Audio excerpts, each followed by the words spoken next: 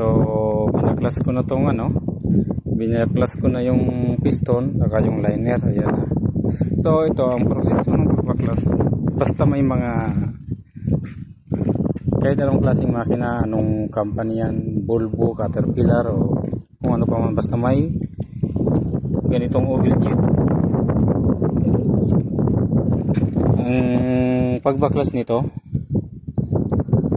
pag magtatanggal pa lang, unang tanggalin tong oil jet para hindi to ma-deform kapag hinugot mo yung piston. Kasi pag hinugot mo yung piston, may posible na tamaan to nung connecting rod. So ngayon pag tinamaan niya ng connecting rod, pag iugot mo, mababaluktot yan. May iba ngayon yung posisyon. So pag magtatanggal pa lang, ito unang tatanggalin, tapos piston, liner. Ngayon pag magbabalik naman na, mag-assemble na, liner muna, piston, ito naman ang huling ikakabit, itong oil jet. Ito na ang pinakahuling ikakabit. Pag magtatanggal, ito mauuna, pag magkakabit, ito mahuling. Ganun ang tamang proseso ng pag-assemble din nito. Disassemble sa assemble. So yan. Ang Volvo ay baliktad. Hindi tulad na sa Caterpillar. Ang Caterpillar, yung mga o-ring nakadikit sa liner nakalagay. Ito ang Volvo naman, dito sa block nakalagay mismo ang o-ring. Hindi ko pa tinanggal yung mga o-ring. Tatlong o-ring din yan, pero sa block nakalagay pag Volvo.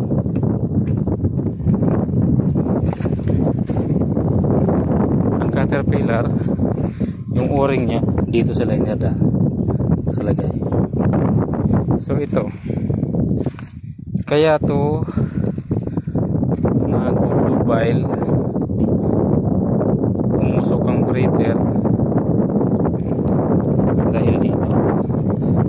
Ayan, nalusaw yung piston, yung oil ring, second ring, saka top ring. Wala na siyang kasi nalusaw siya. Ayan, butas. Kita. Ayan, butas siya. Ayan siya, butas, diba?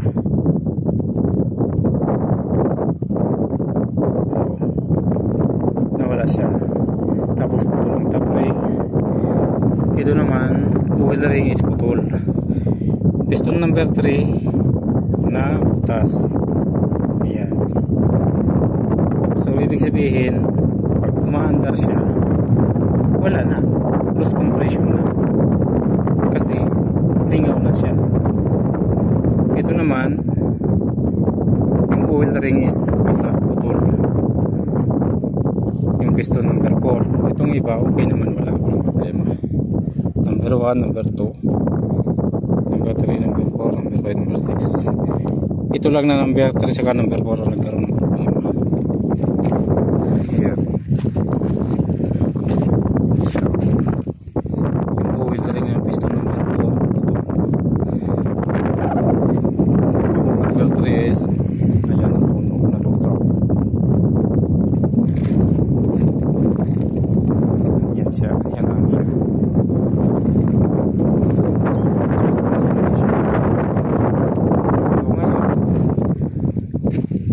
Piyesa na to dyan. Pagka asimbulin ko na to, lilinisin ko na to. Hihintay ko lang yung compressor, lilinisin ko yan, tapos asimbol na yung asimbol na diretso. Uwi ko na to.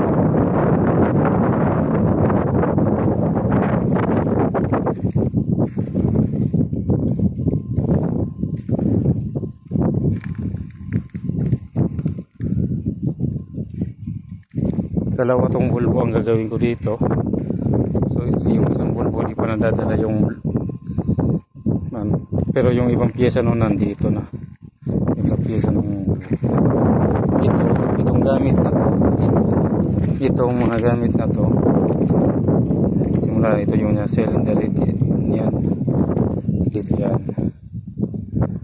Tapos itong gamit naman na to doon yan sa isa.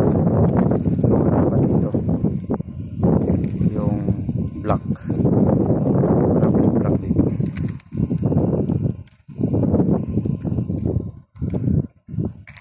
So sige po mga lod, salamat sa panonood, ingat kayo lagi, paki-like naman po, paki-share. So yan nga, ito magkaparehas lang yan, magkaparehas na model lang yan.